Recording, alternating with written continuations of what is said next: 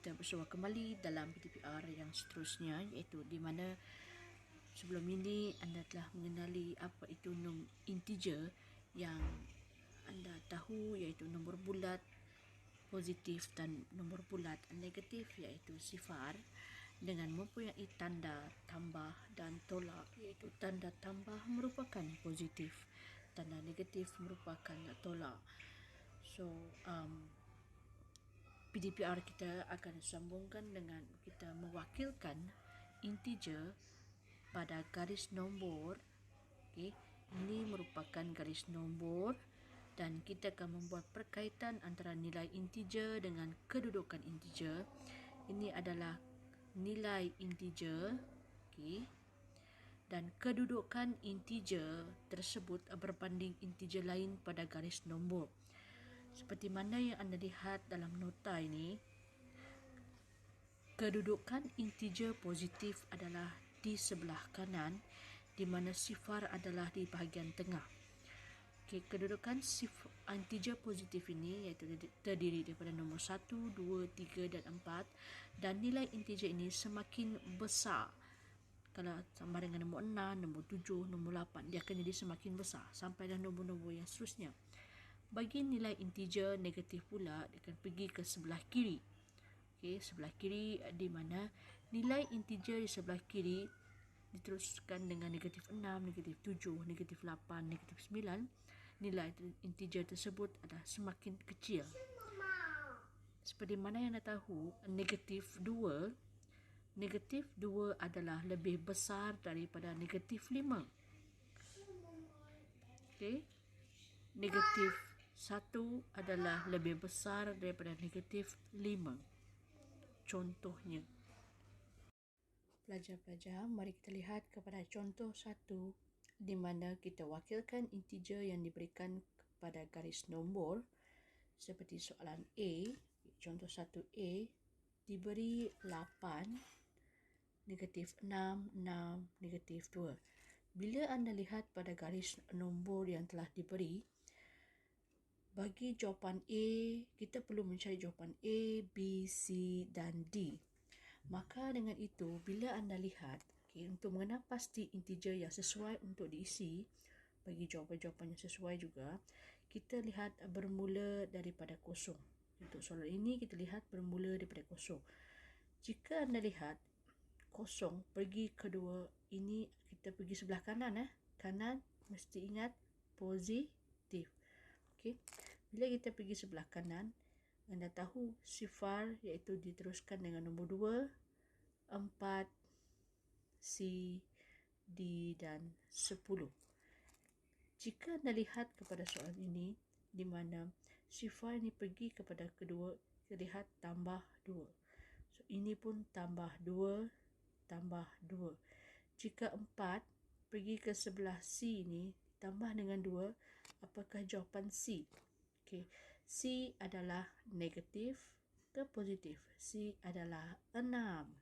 Okay. Dan 6 ini ditambah dengan 2 iaitu D adalah 8. Dan 8 tambah lagi dengan 2 adalah 10. Okay. Dan kita lihat kepada B pula. Okay. Sifar pergi ke sebelah kiri. Kiri adalah negatif. Okay. Negatif. Negatif. So, automatik kita lihat negatif 2. So, sebelah kanan positif 2. So, sebelah kiri negatif 2. So, maka juga itu jawapan B adalah negatif 2. So, ini negatif 2. Okay, negatif 2. Kita lagi negatif 2, negatif 4. Dan seterusnya negatif 6. So, A adalah negatif 6. Okay. Dan kita cuba lihat pula kepada contoh 1B. 1B ni ada kelainan sikit, di mana tidak seperti contoh 1A. Contoh 1A, sifar berada di tengah-tengah. Tetapi bagi contoh B, anda akan lihat ini merupakan sifar apa? Kalau anda tahu. Okay. So, bagi contoh B, diberi adalah integer 15, 5, negatif 20, negatif 10 dan sifar. So, bila anda lihat pada garis nombor, okay, saya rasa anda boleh mengenal pasti apakah jawapan A. Okay, ini adalah sifar, okay, sifar 5. Bila anda tahu sifar 5, secara automatik anda dapat menjawab soalan ini untuk garis nombor. So, A adalah negatif 20. B adalah, kalau negatif 5, B negatif 10. C5. C adalah sifar. D adalah, ni tambah 5. Okey, adalah 5. Okey. Lepas tu diikuti dengan 10. E adalah 15. Semuanya tambah 5. Ini pula tolak 5. Tolak 5. Bukan tolak 5 ni.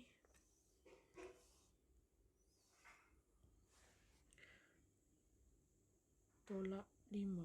Ni pun tolak 5. Tolak 5. Okey. Yang ni tambah 5. Okey. Jadi contoh satu ni nanti kamu akan buat latihan. Okey. Lihat kepada latihan yang telah saya sediakan, iaitu dalam pautan link latihan 1.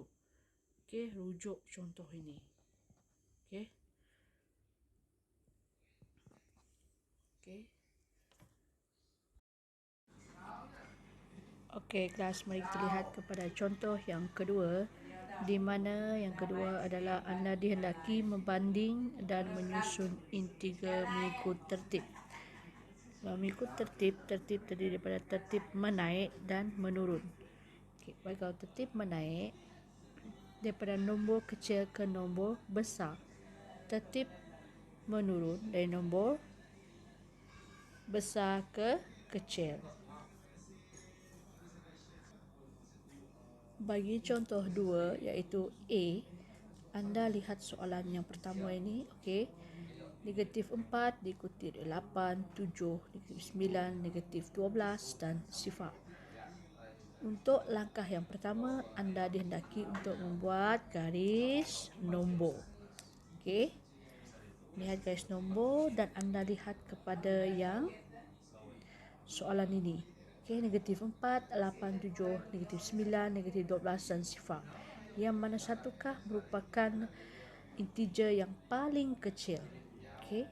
So, negatif yang paling kecil adalah negatif 12. Diikuti oleh negatif 9. Negatif 4.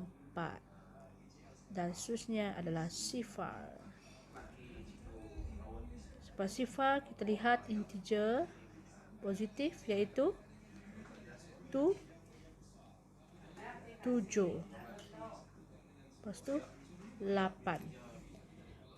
Okey. Memandangkan garis nombor ni agak besar, kita patahkan. Okey. So, ini adalah garis nombor bagi contoh 2A. Okey. So, soalan menyuruh anda menyusun mengikut tertib menurun. Kalau tertib menurun, maksud dia paling besar ke paling kecil. Okey. So, tertib menurun, kita lihat bermula dengan paling besar adalah 8. Lepas tu 7. Sifar. Negatif 4. Negatif 9. Dan negatif 12. Pada soalan 2, iaitu 2B. Okey. Kaedah yang sama juga seperti contoh 2A. Okey, mula-mula kita buat garis nombor. Lihat integer yang paling kecil, iaitu, okey, membandingkan soalan ini, negatif 8, negatif 6, negatif 2, 1, 3, 5. Okey, so ini adalah susunan bagi mengikut garis nombor, dan soalan suruh anda menyusun mengikut tertib menaik.